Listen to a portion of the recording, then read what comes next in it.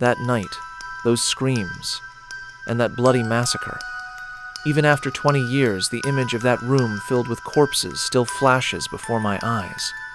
How did a doppelganger put an entire family to sleep in death? Sarah sent us this account. Let's begin the story. Hi, Mr. Nightshade. I hope you're doing well. Today, I'm going to share a personal experience with you. I witnessed this firsthand, and it was such a terrifying event that it still rattles my nerves. It's been 20 to 30 years since this happened, but even now it haunts my dreams and often jolts me awake at night. I won't mention the name of the neighborhood where I lived, but the incident became quite well known afterward. I used to live in that neighborhood with my family. I was around 15 or 16 years old at the time. We had just moved into a new house. At the end of our street, there was a house that was locked when we arrived. Within a few days, I had made some friends. One of them told me that the locked house at the end of the street was haunted. I had always been fascinated by horror stories, so I asked them to take me there. But as soon as I brought it up, their faces turned pale with fear. I kept insisting and finally convinced them to at least show me the outside. We decided to go around 8 o'clock or 9 p.m. because the street would be empty by then. As planned, we left our houses at 9 p.m. All of us told our families that we were going to a friend's house. Going to that place at night was terrifying. Only one streetlight halfway down the road worked. The rest of the street was plunged in darkness, especially the area near that house. When we got close, I saw it for the first time. Just looking at it, I could tell something was wrong. I had wisely brought a small flashlight. When I shined the beam inside, I only saw dirt and cobwebs. My friends kept pulling me back by the hand, saying, "Let's get out of here."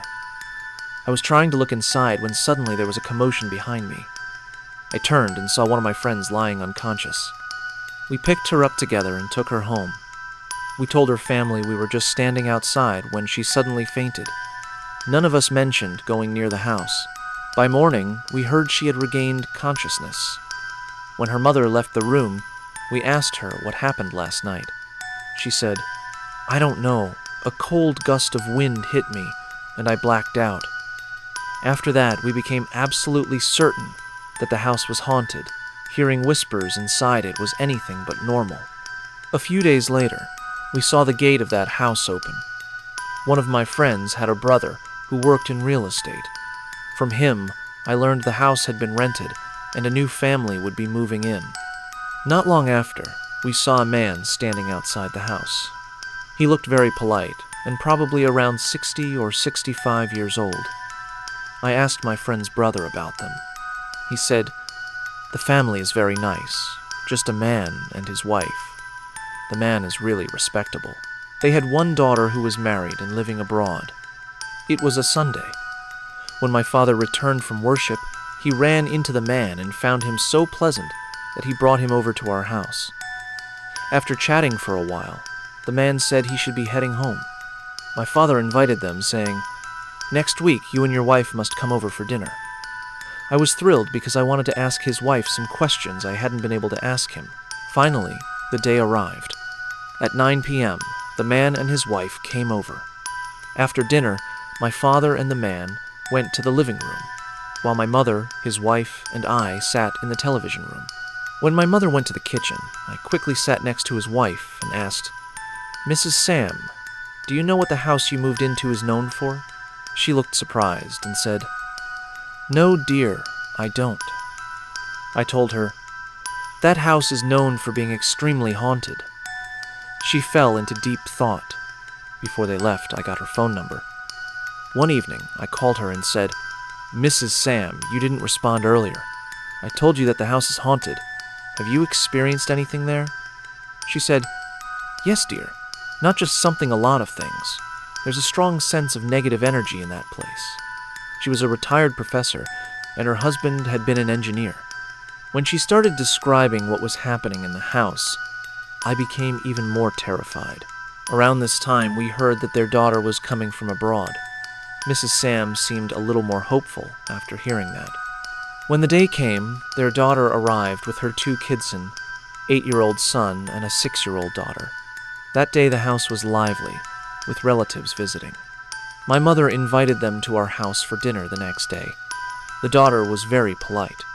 She said, "Sarah, what kind of house have my parents rented? I've felt an overwhelming fear ever since I got here. It feels like someone is watching me, like there are eyes in the room." 2 days later, we learned her son had fallen from the roof and broken his leg. We rushed to the hospital. The whole family was crying and visibly shaken.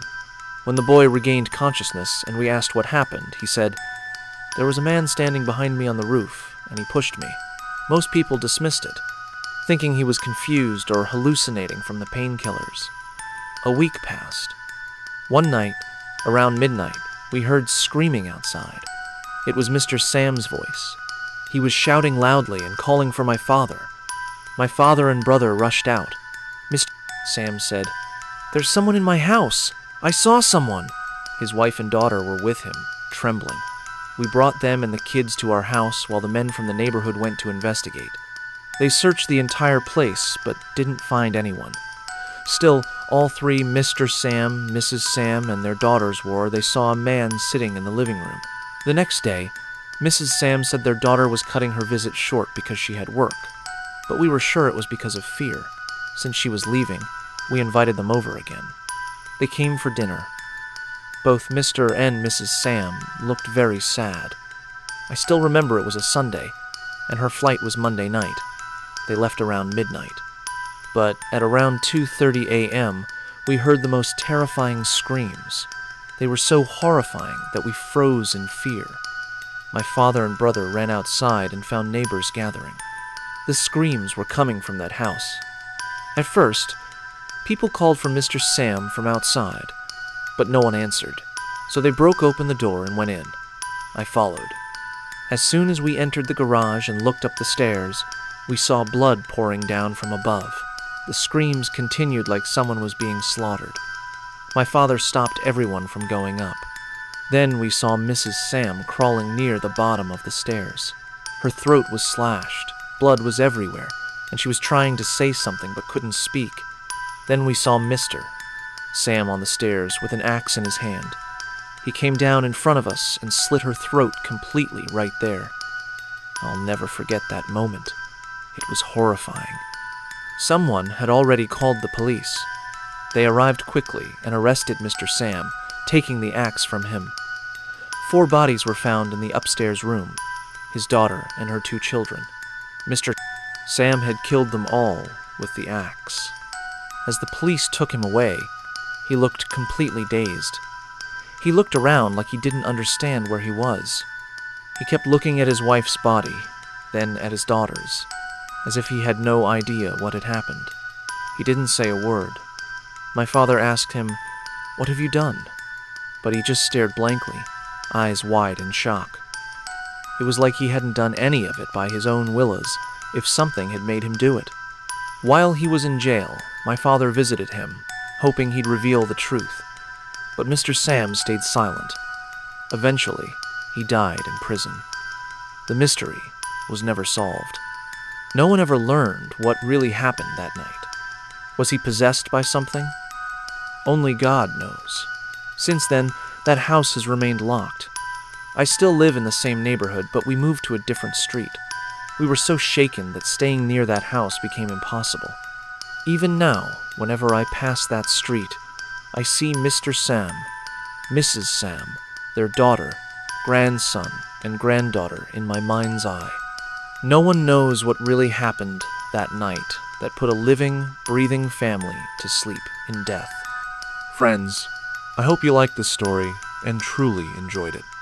For more such interesting real stories, don't forget to subscribe to our channel and hit the bell icon.